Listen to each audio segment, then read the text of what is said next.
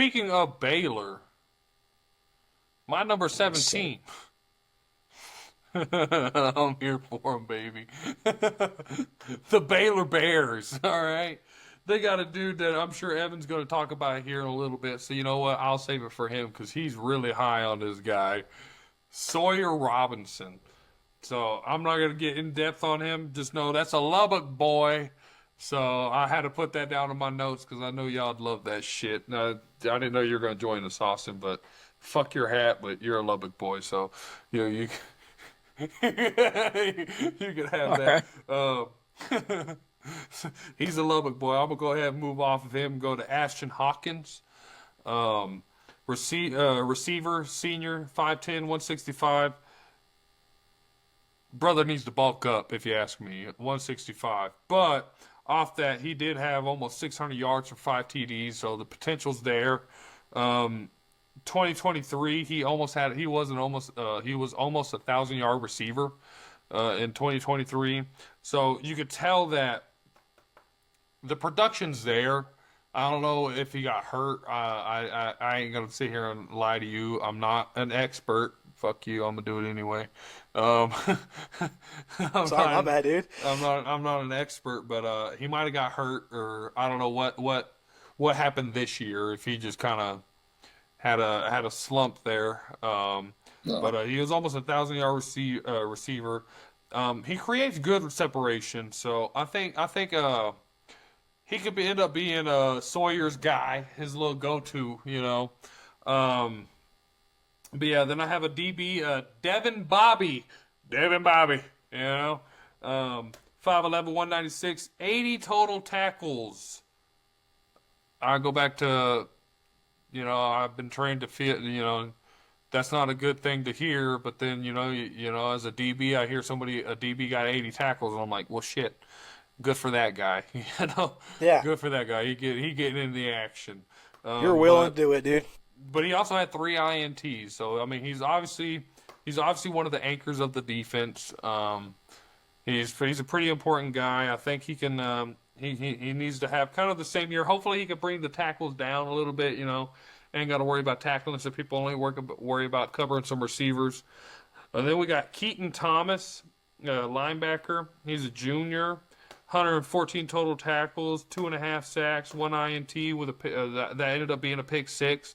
So I mean, the playmaking's there. I'm with y'all. I'm pretty high on Baylor. They're bringing back a lot of people, and we know how I feel about vetted teams. Uh, but it's just with the Big 12, it's just such a big unknown. When it came down to their schedule, I really just kind of had them falling in that 7 slot. So yeah. Number 6, I have Baylor, and it's for a lot of the same reasons that y'all have already spoken about. That is a high-powered offense that is coming back. Another thing that we need to start focusing on, I think, with Baylor is they're in the top 15 of the most production coming back. I want to say they're sitting around 11th in the country for most players coming back. And so you think about it, they're pretty much just gearing back up, if that makes sense. Offensive firepower, Sawyer Robertson, you already talked about him. Bryson Washington, 1,000-yard rusher over here, with Josh Cameron and Hawkins both equaling out to 1,400 yards receptions total. So I think just with this high-powered offense, it's going to be hard to stop them just returning. I think the question is, can they get on with a defense that can match, right? If they can start stopping teams, not getting into so many shootouts, you're looking at a team that is primed for a run. This is also an interesting one when we talk about Baylor. Baylor's going to have, as far as the schedule, there's going to be some interesting matchups, and I'll kind of get into those matchups later when we get into these other teams. But Baylor with this high-powered offense, I'm excited for. I think they can do some big things here. So that's number 6 for me. All right. Well, my number 2 team, I think is going to be Baylor. I'm really high on this team, and I think Sawyer Robinson will either be 1 or 2 with Sam Levitt. I got Rocco Beck 3rd, but who knows? This Baylor team, like Austin said, This offense, high-powered offense, man. Scary team to face. They were 8-5 last year, 6-3 in conference play. Some of the wins I wanted to jot down was a blowout in Lubbock, fucked us up, 59-35. This was the start of their 6-game win streak. We caught them at a terrible time. Jeez. And then they also beat TCU. TCU they got the high-powered offense as well, 37-34. They lost to Colorado. Wasn't that the Hail Mary? Ridiculous Hail Mary, wasn't it? To bring it into overtime, and then Colorado won. I think that was the game, Baylor and Colorado. And then lost to BYU. That was that's ridiculous. Lost to BYU by 7. Is that a night game? I think it was a night game. I don't know. Something about BYU. Damn, okay. You might be onto something. Someone look at that up. Don't play him at night, dude. Aaron, can Baylor was second. He played and look at the one. Yeah, fair enough. Baylor was second in offense, Big 12. That's just crazy. That high-powered offense is second. He's chilling. He's feeling good. Chilling, bro. 11th in defense. I'm just listening. Good. Sawyer Robertson. Aaron left him for me. Thank you very much, man. He's going to be a senior this year, so he's going to go out with a bang.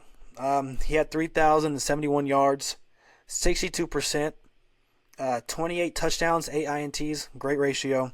His rushing, not much of a rusher, 65 attempts, 230 yards, 4 touchdowns. And I wanted to highlight the backfield, Bryson Washington, running back. He's going to be a sophomore, 175 attempts, 1,000 yards, averaged almost 6 a carry, 12 touchdowns. In his receiving, he had 22 receptions, 217 yards. And the defense, we've already talked about Keaton Thomas and Devin Bobby. I think Aaron talked about them. And this offensive line has, or not offensive line, but this offensive only had one transfer projected starter that's going to be a receiver. So you're only getting one new guy, really. They finished with that 6-game win streak in the regular season. They lost to LSU in a bowl game, where Sawyer Robertson threw for 445 yards, 2 touchdowns and 1 INT. Even though it was a loss, that offense was still high-powered. They are great in pass protection. Their offensive line is not like big and humongous and like great, but they're able to hold blocks. They're just, it's one of those. They're good at it. They're just not elite. But they're highlighted by Omar Agdion or something. He's a guard. I don't know how to say his name. And Colton Price as a center. So those guys are going to be leading the offensive line. I think Baylor, their defense, I think will struggle. Austin did talk about it, but I think this offense is going to be so high powered that it's going to be hard to even lose. And that's why they're my number 2. Doing pretty good. Thanks for asking. I said I'm doing pretty good. Thanks for asking. Hey. Okay, well, I just blew the fuck out of my headphones. I know what I mean, man.